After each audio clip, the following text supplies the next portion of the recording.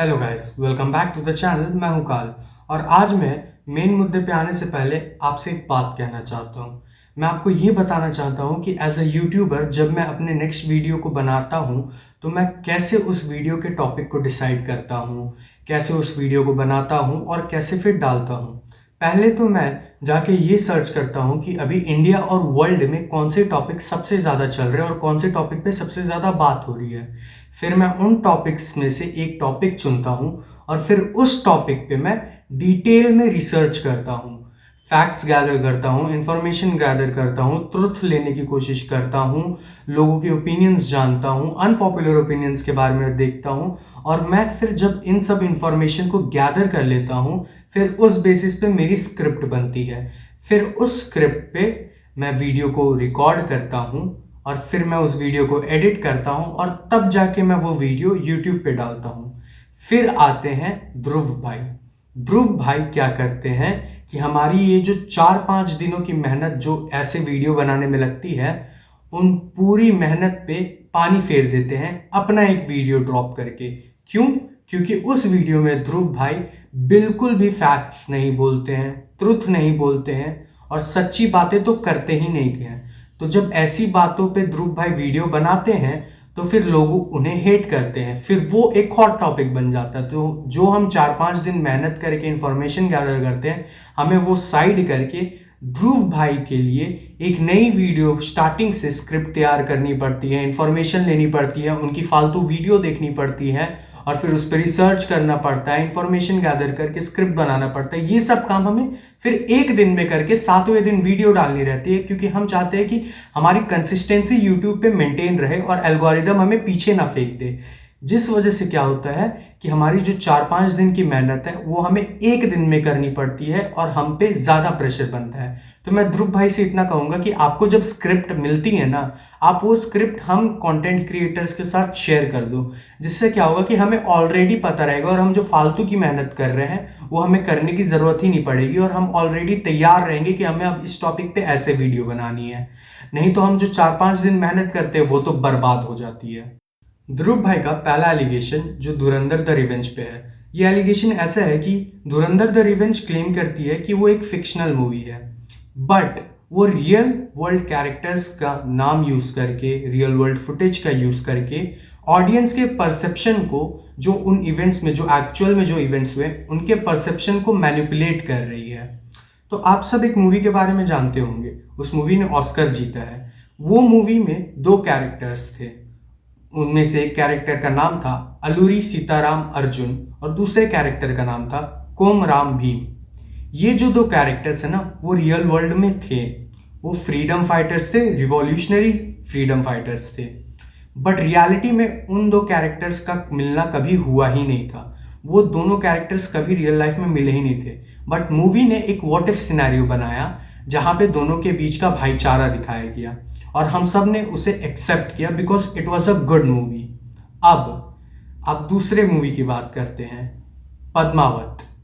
अब पद्मावत जो मूवी है वो भी एक तरीके से बेस्ड नहीं, इंस्पायर्ड बाय ट्रू इवेंट्स है। उस मूवी में भी कुछ चीजें दिखाई गई हैं जो हिस्ट्री से हूबहू नहीं मिलती है, बट उस मूवी के कैरेक्टर्स रियल हैं। तो उस मूवी के जब कैरेक्टर्स रियल हैं, उस मूवी ने एग्जैक्टली हिस्ट्री को फॉलो नहीं किया, तब ध्रुव भाई ने कहा था कि अगर आपको दिक्कत है तो आप खुद कोर्स करें और खुद मूवी बनाएं। अब जब आदित्य धर ने खुद मूवी बनाई है तो ध्रुव भाई को बहुत दिक्कत हो गई।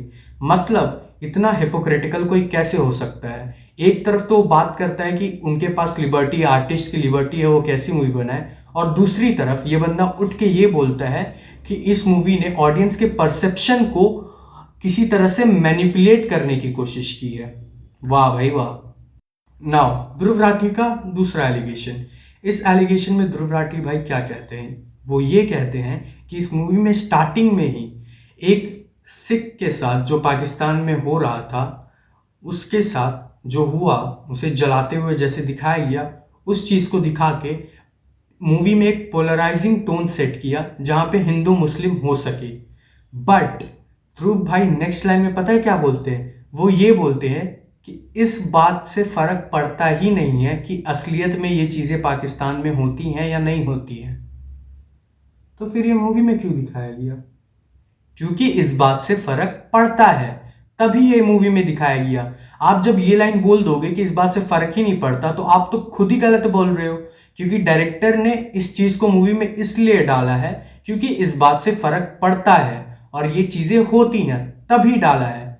तो मतलब आप तो मूवी देखते नहीं हो, आपको स्क्रिप्ट मिली, आपने फॉलो की, खुद की रिसर्च तो कर लो, खुद तो जान लो कि क्यों सीन वो सीन इस मूवी में था, क्यों कुछ उस मूवी में दिखाया गया है। नहीं, आप खुद करोगे नहीं, आपके पास तो एक बहुत बड़ी टीम है। मुझे ये भी जानना है कि बहुत सारे क्रिएटर से मैंने ये सुना है कि ध्रुव राठी के पास एक टीम है, बहुत अच्छी टीम है।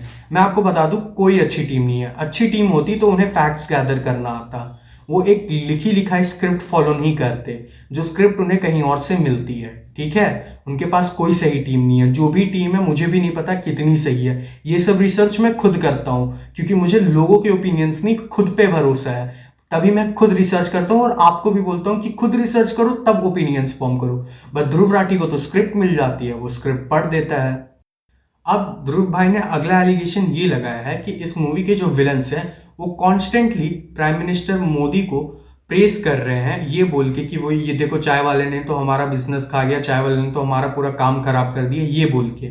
तो मैं आपको अब एक बात बताना चाहता हूँ, ये जो वर्ड है ना चाय वाला, ये जो टर्म है चाय वाला, ये टर्म पहले प्राइम मिनिस्टर मोदी के खिलाफ बहुत गलत तरीके से यूज किया जाता था, उन्हें नीचा दिखाने के लिए यूज किया जाता था। बट उन्होंने फिर जाके इस टर्म को एक्सेप्ट कर लिया कि हाँ भाई मैं चाय वाला हूं, तब एज अ प्रेज यूज होने लगा।